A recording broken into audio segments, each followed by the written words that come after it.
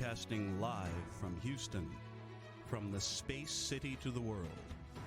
You are watching Now Media Television.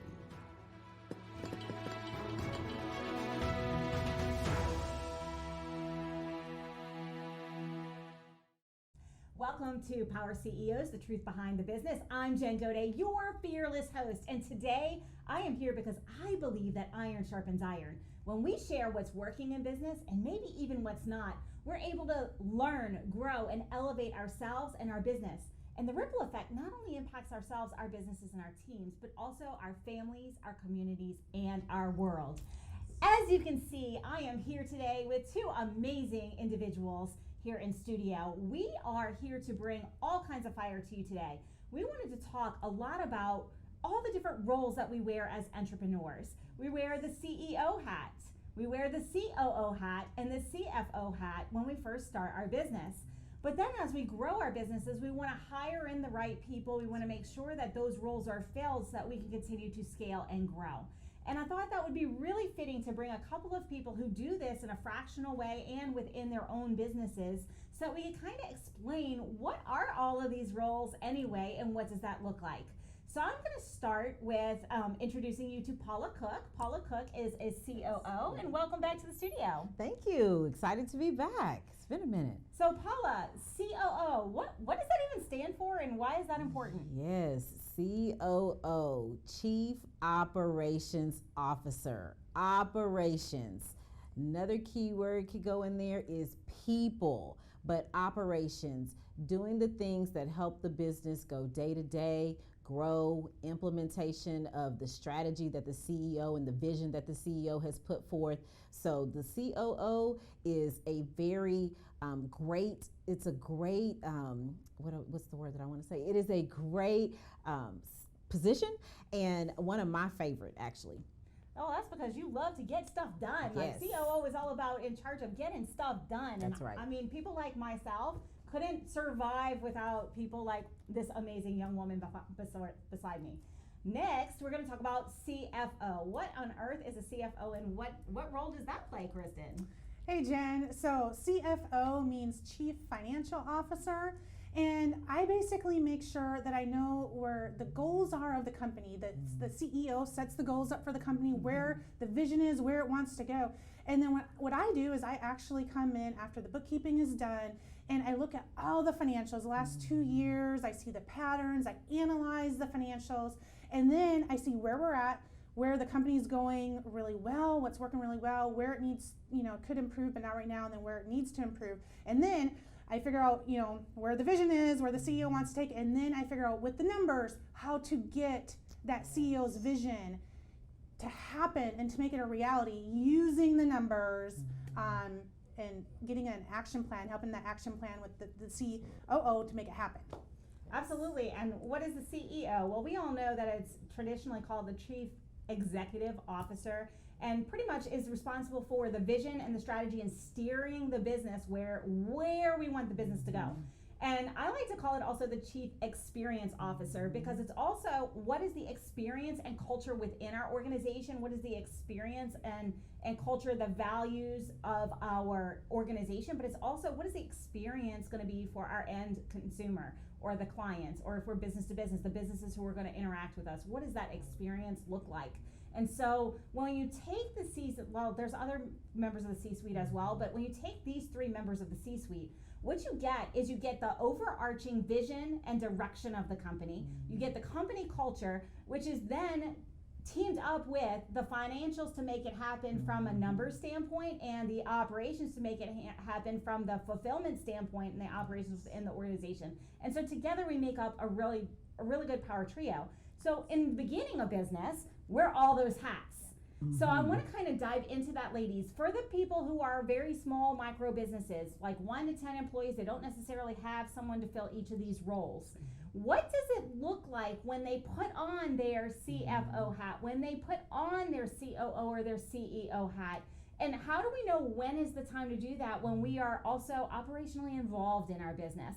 And I think I'm gonna kick it over to you first, Paula, because operationally in the beginning, we maybe are doing some of the delivery of services or products were involved in the business as well as working on the business. So what does that look like from a COO who's also actively involved in the day-to-day? Right. So it's a thin line between CEO and COO and CFO when you're first starting. You really have to be all three. And so what I like to say is definitely understanding that all three of those things are needed, and then also setting aside time for all three. It's really difficult to be three people at once. So why don't you be one person three times?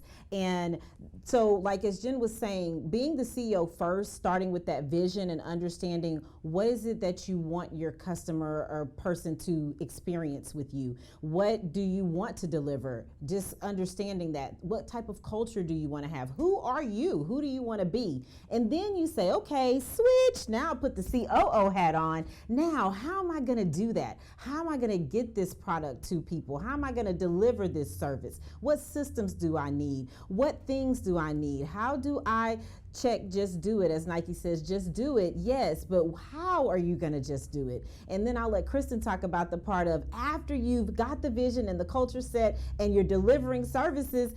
Now what? Are you actually making money? Are you, charging enough? What is going on, and what financial goals do you have for your business, which the CFO hat needs you to put on when you put that hat on. But for COO, which is the part that I love and adore, it's about how do you do it, having that systematic way to do it, and then going back and being able to keep yourself accountable to something. Write it down, write it down. All of us are going to say several times today, write it down, because when you're wearing three hats at the beginning, you need something to refer back to keep you on track. Awesome. So that was a phenomenal segue for you, Yes. Kristen. So we've got the vision, we've got the strategy, we know where we're going and where we're heading, we know what experience we want to have. We've talked about the operations, what systems do we need, what people do we need in place, what needs to happen operationally on the day-to-day. Now I need to take my hat and pass it off to the CFO hat. Yep. What does that look like? Well, the first thing it means is that you need to have a system in place for having your bookkeeping done. You need to start knowing your numbers. If you don't do your bookkeeping, you're just, you're lucky enough to have a business bank account open and that's all you're doing, that's a good start. But you also need to get a system in place like using QuickBooks Online or whatever other accounting platforms are out there. I'm familiar with QuickBooks Online and Xero, but getting in there daily and being able to do the transactions. They have bank feeds set up, getting in there every single day to make sure that all of the expenses are put in, all the income's put in there, and then running a quick P&L to look to see, are we bringing in money? What are our expenses? And just being able to look at that, that's the first step, is making sure that you have your bookkeeping done, bookkeeping being done like daily, at the very least, get in there at least once a week. That way you can see any trends that are happening. And then once you're doing your bookkeeping on a weekly basis at a minimum, then you can be running those financials and then looking for the trends, finding the trends in the business. Like if you're seeing like you have a net loss at the end of the week or whatever, like that, then we need to go ahead and adjust, like, okay, do I have a lot of accounts receivable outstanding? Do I need to start making collection calls? Or am I just spending too much money? So that is a really good first step, is just making sure the bookkeeping is done. Absolutely. And so one of the things that we see with our clients all the time, because we're business coaches and we work with a lot of entrepreneurs. We work with startups, we work with people who are hitting that scale point and growing to the next level. But pretty much almost unanimously, our entrepreneurs are really good at their subject matter expertise. Yes. They're subject matter experts in their space. They get to a measure of success because they're just really good at what they do. So operationally they're sound, but they're the ones doing the operations still. They have trouble with letting go, but the one thing that they have the most resistance to, I would say probably 96% of them have resistance to, the numbers. Yes, not And everyone's so- good with numbers. And that's exactly right. And I'm one of the people who is like, I hate numbers. But it's so true what you said, that you have to have a pulse on that, especially in the last couple of years. Business has changed so rapidly. Yes.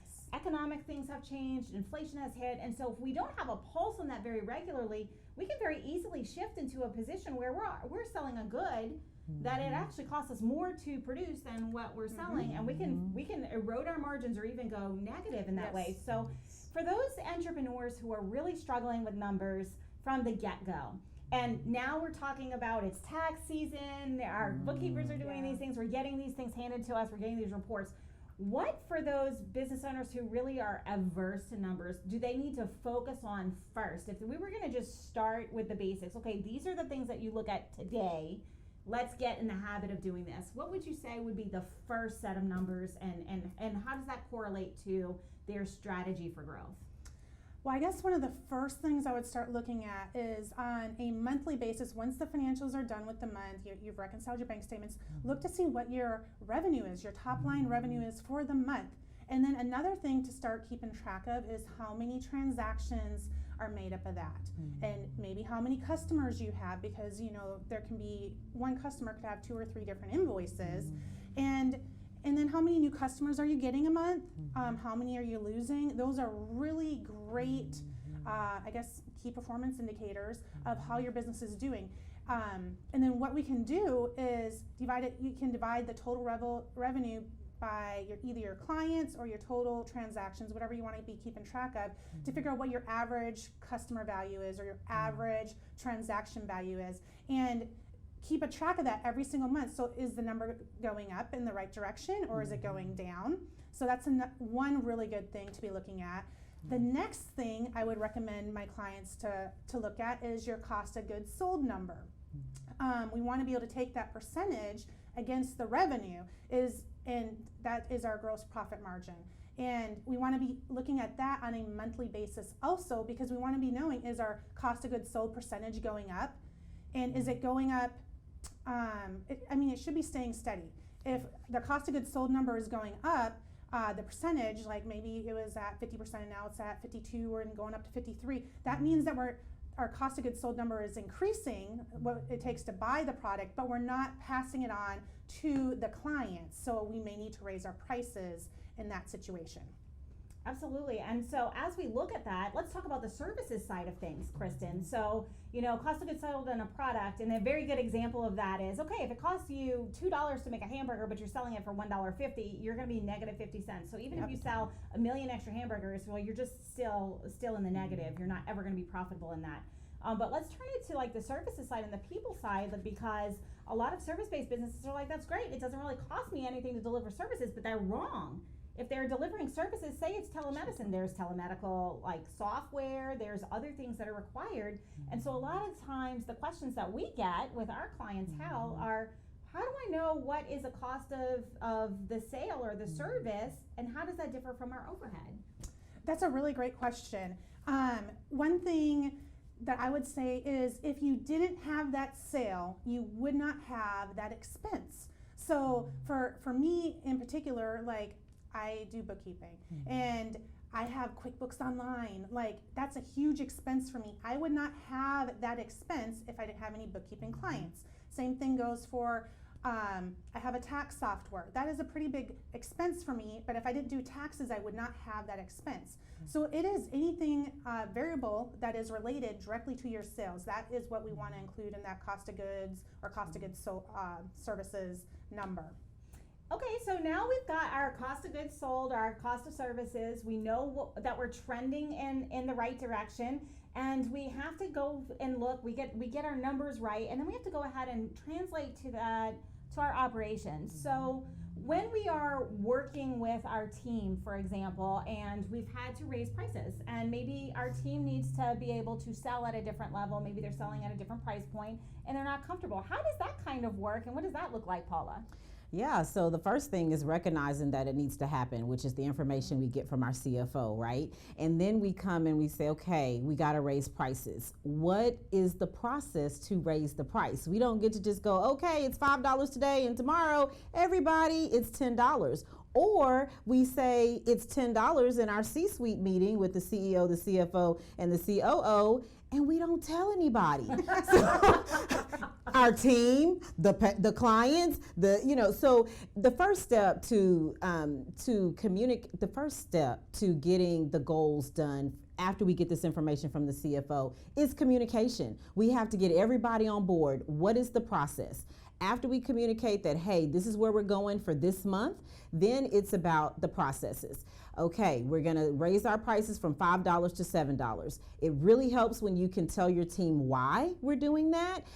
It does not help to keep your team in a transparent funk. The C-suite is a great place for things to happen, for strategy to go down, but we have to engage our team and communicate what's going on. Now, they don't have to know everything, but it's very important that they do know a lot of things so that they can be engaged and they can move forward for the business as a whole. And then you get the processes. Now, a lot of times when we're raising prices, as Jen was saying, it's uncomfortable. So we don't just expect and assume that everybody is gonna know how to do that. So what do? We practice. This is a great team building time. This is a great opportunity to have that time to process what's happening and to see who needs some help to be able to deliver. So we don't just take it from the C-suite and, number one, keep it in the C-suite, but two, we communicate it and then we support our team through that change.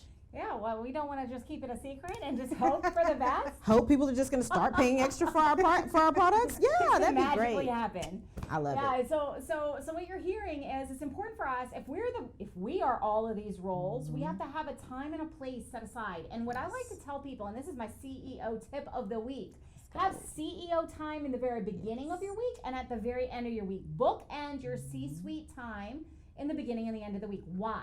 Because if we begin our week by looking at where am I headed, what is my vision, what is most important, what are my priorities in the business right now, and then I look at my numbers and make sure I'm trending in the right direction to be able to use that, move that mission forward, and then I'm operationally communicating that with my team. Okay, this is what our priorities are right now, this is where we're trending, this is what we're going to implement this week, and go, then we've already set positive momentum in force. And then at the end of the week, we bookend our C-suite time as well. Did we accomplish the goals that we set out for this week? Did I meet my priorities for this week? Was my team able to do what it needed to do? And then we also have our time for reflection. What didn't go well? What am I gonna not do next week? What am I gonna learn from? And this is a great thing to do as an executive, but it's also a great thing to do with a team. So when we talk about team and we talk about having that transparency, it's essential that we process that as the entrepreneur, if we're wearing all the hats, or our board processes what's going on and then communicates that further along so we can continue to move in the and progress in the direction that we're heading. And so bookending at the end of the week and asking what went well, what didn't go well, what am I bringing forward, what are my priorities for next week, and lining it up so that when Monday morning or Sunday night rolls around, you know exactly where I'm headed the next week because this is how we closed out the week. You already hit the ground running, and so you create kind of that positive momentum. Awesome. And it's really important to do so. And so we've been talking a lot about kind of the different roles that we wear as entrepreneurs. We're the executive and the experience and the operations and the financial piece. But as our businesses grow and we start to need to hire on, what does that look like in those roles? And I'm going to specifically ask from the CFO first, because one of the next roadblocks that we see with our growth companies is that, I have great revenue, I'm at capacity or I'm nearing capacity, but I'm afraid to grow because I don't have the revenue to support a full-time hire right now, and I don't have the clients or the orders, the product orders right now to hire that team. How do you overcome that by looking at the numbers and looking at the trends? How can you predict when is the next time to hire from the numbers standpoint? That's a really great question. So one thing you can do is you can look to see if you're having any in your payroll numbers, are they just eating the clock? Is there anything that you can do on the payroll side to make them more efficient? Because they might just be eating the clock, and so that's an issue that we need to address for sure. But then you can literally figure out, especially if you're having them keep track of what they're working on throughout the day, there's really great programs out there for that. You can see how much office time they have. So you can figure out, okay, how much office time they have a week that you could fill with the client, that you could do that. And then you can kind of gauge how much more capacity do I have before I need to hire again. And then what we need to do is we need to put it on the radar that we do need to hire. And I would actually start budgeting for that. Like you already have that person, and maybe get a month or 2, 3 months worth of their payroll wages saved up and in stock for that you can afford to hire them on, because they're going to take a while to get trained in. And then, but it's like magic. As soon as you hire that person, it's going to open up. Like I swear, it happens every single time. You just kind of got to have faith that you're going to have this more capacity to bring on more people, and then the clients come. I swear, it happens every single time that I do this. They just come. Well, and it's kind of like a breath of fresh air, because as an entrepreneur, we end up taking on more, especially if we're a subject matter expert in our field, right? It's a lot easier if we're not the expert and we just own a business, and for us not to get involved in the day-to-day. But for those of us who are really passionate about what we do, like we're in coaching, all of us have some element of mentorship and coaching involved. We love what we do. We love to educate. And so it's easy for us to reinsert ourselves into the operations, when really what we need to be doing is hiring other people to do those things. And that capacity that we then open up, we can generate more revenue in the business, and we can actually focus on growing the business and doing what we need to do. And before we break, because I know we're going to have to very shortly, on the people side, once we know and we've planned for it and we have a plan in place, how do we know it's the right person for us? Yes, that's a great question. So how do we know? We have to first know who we are and what we want. A lot of times when you ask people, what 3 things describe your culture and your workplace, or what 3 things describe, who you are as a person, and what would you like to see in a person that you're bringing in? First, you got to look inside. And then you want to be able to ask those culture type questions during the interview. Hey, what's the top 3 things that somebody would describe you as? Or hey, what are the most important things in your life? If you had to prioritize, give me your top 5 priorities. So learning about people from a culture perspective is very important, and it is a science to that. It's about asking the right questions at that time and giving some examples. It may be giving them an idea or an example of something that's happened in your office, and say, how would you have handled that? Or how would you handle that in the interview? So we always say, you cannot teach culture, you cannot teach personality, you cannot teach values. We can teach skills though, and we can teach how to do things. So remember that when you're hiring, it's about you first understanding who you are and what you're actually looking for and who you jive with. And with my partner, we have different skills, we have different superpowers, but we have the same cultures and values. We want to make impact. We want to give access. So there are certain things that you have to know about yourself first before you can really find that good fit. Absolutely. So just to kind of sum it all up, have a plan, right? Part of this entire process is that we have to always have a plan. And part of our plan is, what is our growth strategy, and how are we going to grow this, and what does it look like, and who is the next, and how are we going to delegate? And we're going to move into that in just a few moments. We do have to take a brief break, but we'll see you after these messages. Welcome back to Power CEOs, the truth behind the business. If you are just tuning in, you're going to want to go to nowmedia.tv, go to shows, and catch the first segment, because we've been talking about the different roles that we start in, the different hats that we wear as entrepreneurs. Sometimes when we're a micro business, we don't have a board of executives from the get-go. So we are the CEO and the COO and the CFO and the CMO and all the C-suite. And so we kind of started this episode talking about what are the different roles that we have to know about and do and perform as small business owners. And now what I want to do is I want to take it to the next level, because before the break, we were talking about, hey, one of the biggest challenges for most small businesses is fear of delegating, fear of hiring. Like, what happens if I hire and I don't continue on this growth trend? There's a lot of fear associated with delegation, especially when we're a subject matter expert and we've grown this business to this level based off of our level of expertise and letting that go to the next person and the next hire and the next hire. So we talked a little bit about that. And now what I want to do is I want to kind of fast forward a little bit in the life of a business. And now we've grown and we have a pretty sizable business. And now as the entrepreneur, I don't have time to make all the CFO decisions and to handle all the COO work. And I'm busy growing the business and doing some of the roles, but I need to maybe get a little help in those areas.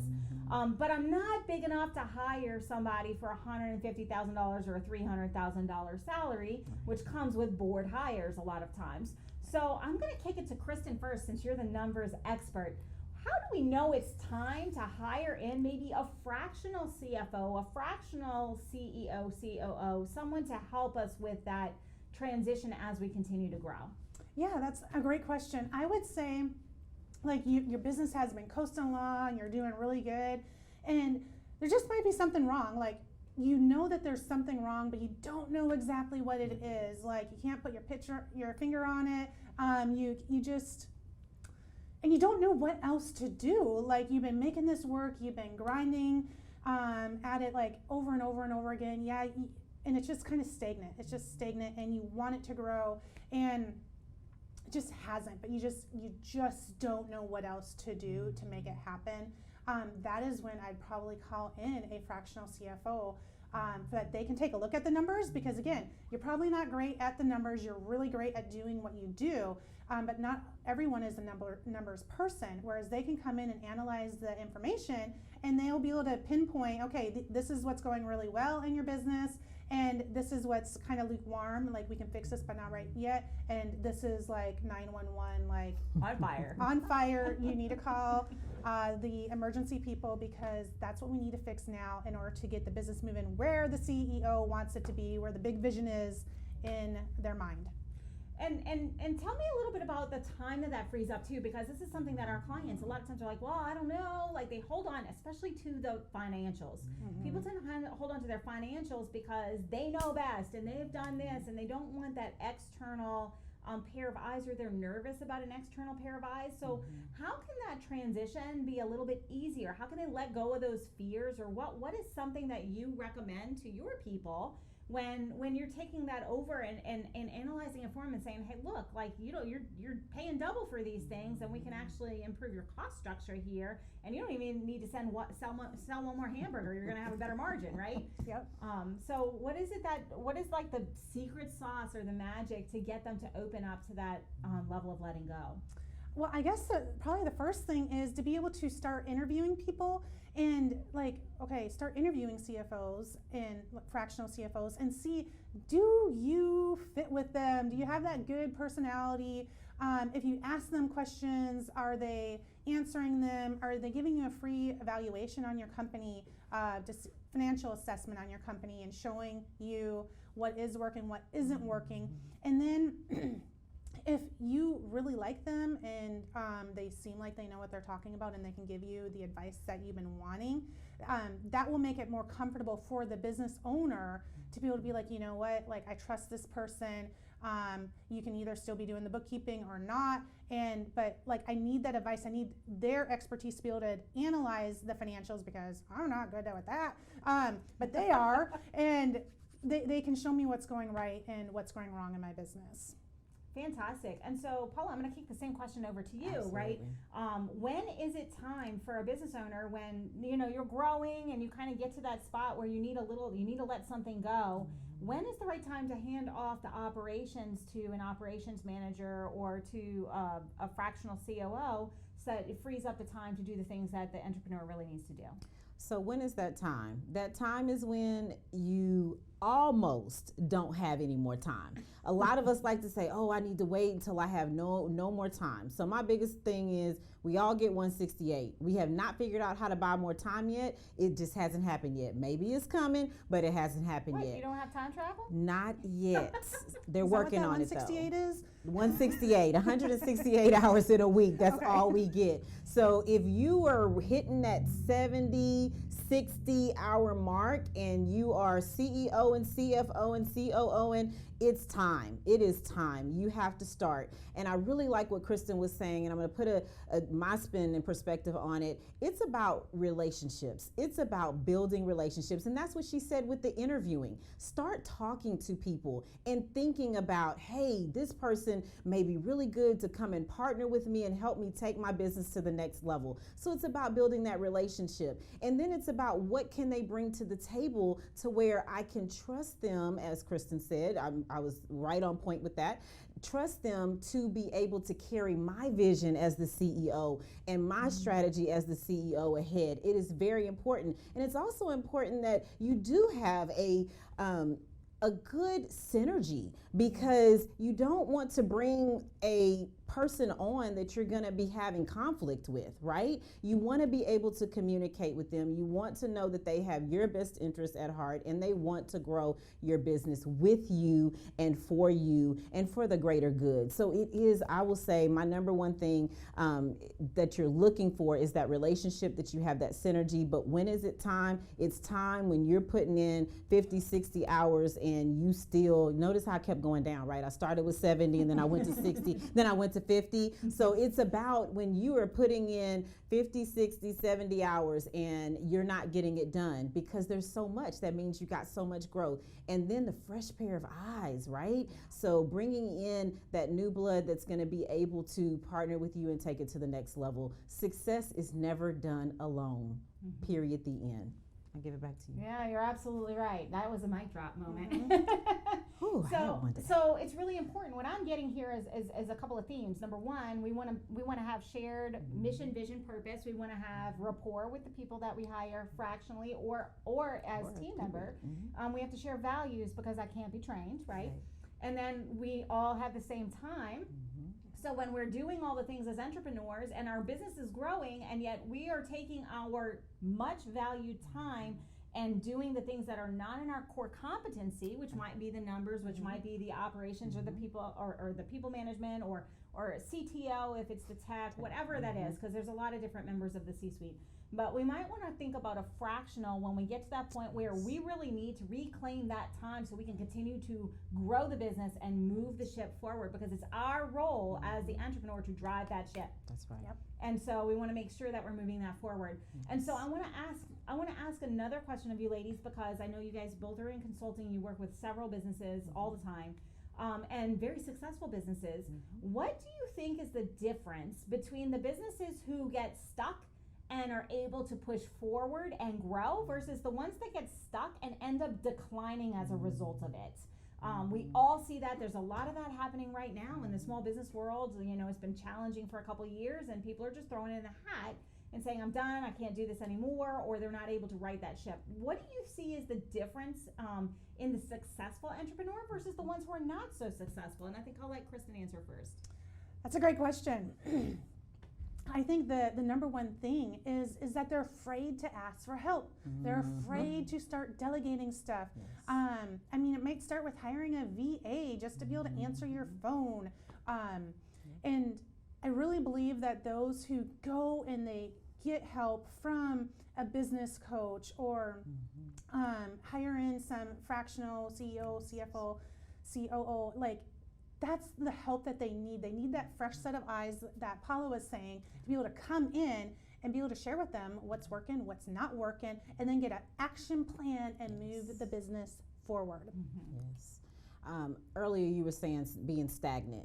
What I find is if you're not growing, you're dying. So when you're here, that's still dying because you're not growing. So it's very, very, what I see are people that want to stay status quo. They don't want to hear from anybody. As Kristen said, they don't want to ask for help. They don't want to delegate. Notice how they're just staying there, right? But the people who also make bad decisions, or don't make a decision at all, stagnant, but they make a bad decision, or they wait too long to make a decision. So what I'm seeing a lot with some of my clients is that if they would just make a decision and go forward, the business would open up and grow like leaps and bounds. I mean, they would scale majorly, but instead they're holding on to things or feeling like things are going to change when it's really not. So from the personnel issue, we always say hire slow, fire fast.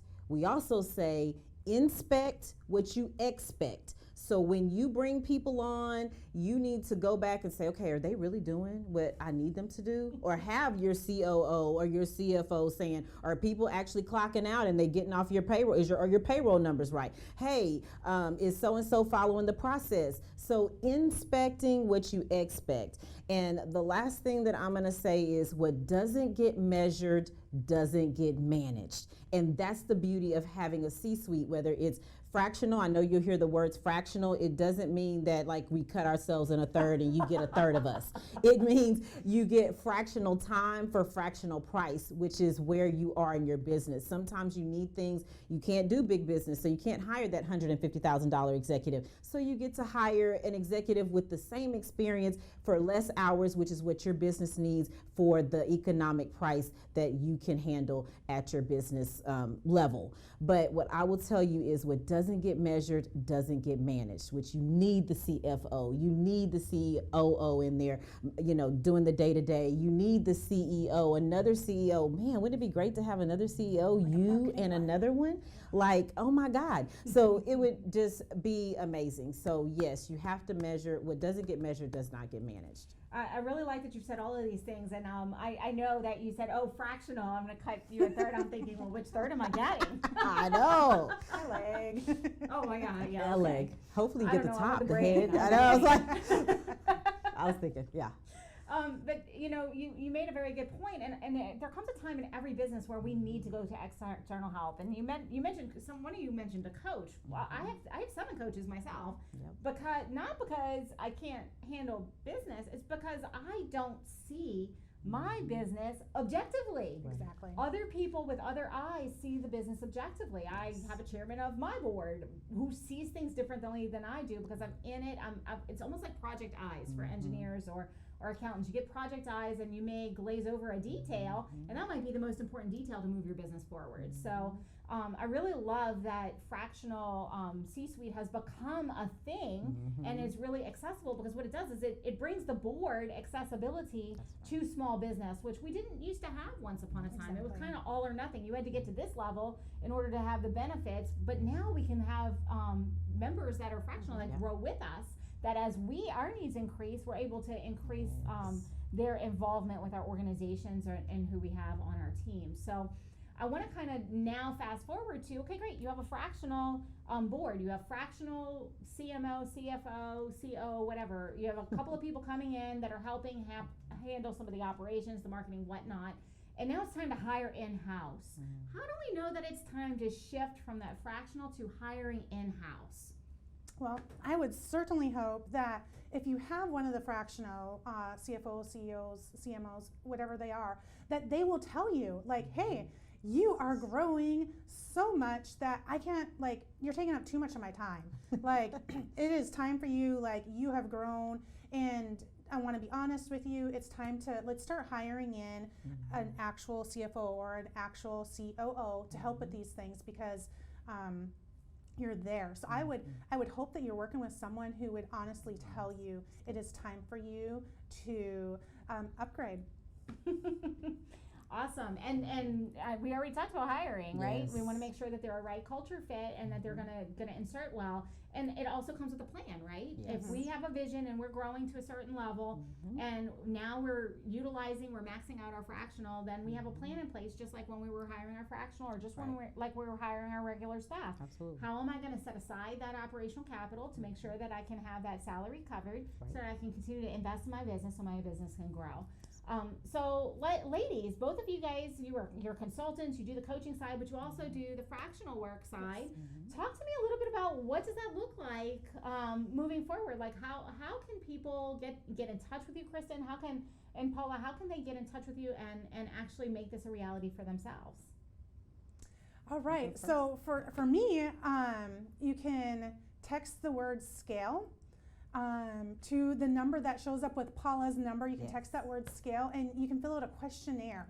And that questionnaire will ask you a whole bunch of questions, and it's really to get you to start thinking about what you want to happen in your business. And then after that questionnaire is filled out, then you can, we will call you and we'll schedule a meeting. It's a right fit meeting to make sure that we will be a right fit to be working with each other. There it is, text scale to 855-798-3350. And then if it seems like it's a good fit, I know that I personally will be able to, if I have your financials, if I can get your financials from you, I will literally give you a free financial assessment on your business. And I'm gonna look at the last 2 years, and I'm going to show you in probably a way you've never looked at your financials before, like pictures and everything that speaks to non-numbers people, like other people, not like myself, but show you how your business is going, what's going right, what's going well, what I think needs work on, and where we can move forward from there. So fantastic. Hit that text scale, and Kristen is doing a financial assessment of your business, and she'll give you these amazing traffic lights that say, hey, these are in the green, you don't have to worry about these now. Here are your yellow lights, these are something to think about later, but here's what's on fire. Let's focus on that now. And I think that's very important, Kristen, because so many times as entrepreneurs we miss those red flags. Or maybe we know they're a red flag, and we know we need to do something about it, but we just can't get out of the day-to-day to make it happen. And I think that's an exceptional use of time with a professional such as yourself. And Paula, how about you? Like, what does that look like, and how do people know when it's time that they need a little bit of help on that operations side? Absolutely. So the operations are so majorly important to the whole business. You could have the information from Kristen, you could have your vision, but if nobody is doing anything, it's just that. It's just sitting there. So when do you need a fractional COO? When you're like, I could really use another me. Okay, not that person is going to be you, but what you need someone to come in and say, okay, here's the idea and I need somebody to execute it. Here's the idea and I need somebody to execute it and make sure it's being done right. Here's the idea, execute it, being done right, and get me some other people to do it right like you did it. Like, let's train up a team. And you just really don't have that time to do that because, as Jen was saying, you are the CEO. You have to be doing the strategic thinking, continuing the vision, branding the culture, doing all of those things. So there is a place for the COO to help lead the team, to help implement your visions, and to help action step out the things that we learn from our CFO plan. And as Jen was saying, and Kristen was saying, if you don't know, then you're not going to be able to fix it. What if you got your red light from Kristen, but you just really don't know how to fix it? Well, that's when that second person, that COO, can come in and say, hey, I got it. I know how to fix it. Let's go. And that could be the whole thing that changes your business around. So that is when I would say it is time to bring in a COO. Absolutely, and I think I heard a lot of things coming up the entire day, and I think if I was to pull it all in and sum it all up, it's we cannot do this alone. Entrepreneurship feels like a lonely journey, and one of the biggest barriers and one of the biggest reasons people fail is because they don't ask for support. That's right. So if you're sitting at home and you're like, oh yeah, that might be me, but I don't ask for support, guess what? That's why a lot of businesses fail. In my experience, a lot of businesses also fail because they lack the business acumen. They're awesome at what they do, and they're able to get to a certain point, but they can't grow it, and then they end up burning out. And when we burn out and we're wearing all the hats and doing all the things, and there's no one else to follow that, we don't have the systems in place, we don't have the people in place. If we burn out, if we have a health issue, if something happens in our life, then that's our business, and it is impacted. So it's so important that regardless of where we are in business, whether we are just starting up, whether we have a small micro business or we're growing, that we have an exit and succession plan, that we have a plan in place, and that we actually build our business to a saleable asset, to an actual business level, So if something were to happen to us as the entrepreneur, our teams are still taken care of, our clients are still taken care of, the product still goes out, whatever it is that needs to happen, because the reality is, newsflash, entrepreneurs, we cannot do it alone. And that's why we have teams, we have fractional CFO and COOs. In our corner, we have coaches. We hire our teams so that we can actually build a viable business that survives, and we're able to guide the ship instead of having to push the ship forward. And so I think that was my biggest takeaway. Did you have another takeaway that you wanted to share? No, Jen. She got I couldn't tell. I was like, I think you've got something that you wanted to say. But I can't think of it at the moment. Maybe come back to me. All right, awesome. Anything else did you want to add, Paula? I just want to reiterate, you can't do it alone. You cannot do it alone. Even when you're starting, when you're growing, when you're scaling, when you're still scaling, because remember, if we're not scaling and growing, we're dying. You cannot do it alone. So that is my biggest takeaway. And we here are ladies that are ready and to come by your side and help you to not be alone in this journey. We love people, we love helping people, and we would love to be there for you. And we're going to text Scale to that amazing phone number that is provided on Paula's information because they are offering fractional work. If you are in the space and you're like, okay, I think I need some help with this, these ladies both coach and consult in these spaces, and I think it would be well worth your while to reach out to them. Kristen, how would you like people to reach out to you? You can reach out to me by my phone number, 936-372-2661. Or you can find me on social media. I'm on Instagram, LinkedIn, and Facebook, and it's at Gunderson's Bookkeeping. Fantastic. And Paula, how would you like people to reach out to you? I would love for you to email me at paula@jengodetcoaching.com, and that's JENGAUDET coaching.com. And if you're ready to start, you can text Scale to 855-798-3350, and these lovely ladies will be more than happy to look into that for you. And Kristen is offering to do a financial assessment and give you your traffic lights in your business. If you are hearing this and you're like, I don't know, hello, what do you have to lose? Right. She's literally going to give you some traffic lights in your business. It's well worth it. It's well worth your time. It's always worth it to have an independent set of eyes on your business, because that is how we grow. And here we believe that iron sharpens iron, and together we grow. And that's how we are going to continue moving powerfully forward. So now it's time for you to take action on something that you learned. We did not spend the last hour here talking to you just to talk, or just to like fill the space. It's really important that the knowledge that you gained, you actually take action on. So whether it's getting your cost of goods sold or knowing your unit level economics that Kristen was going over earlier, or asking somebody about it, or maybe it's texting Scale and asking Kristen about it. That might be your action step, but take that action today, not tomorrow, not next week, today. It might be finding people for you, knowing when it's time to delegate and hiring. And you maybe need to write down, what are the values of your company? What are you looking for in your employees? If that's what it is, take action today, not tomorrow, next week, but let's make that forward momentum, have that positive momentum, so that we can go ahead and move our business to the next level.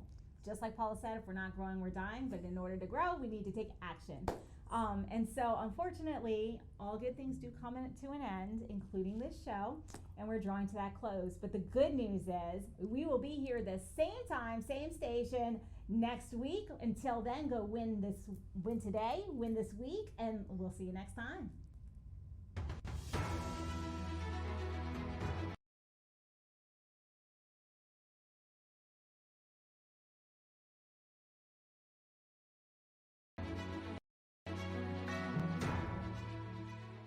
This has been a Now Media Television feature presentation. All rights reserved.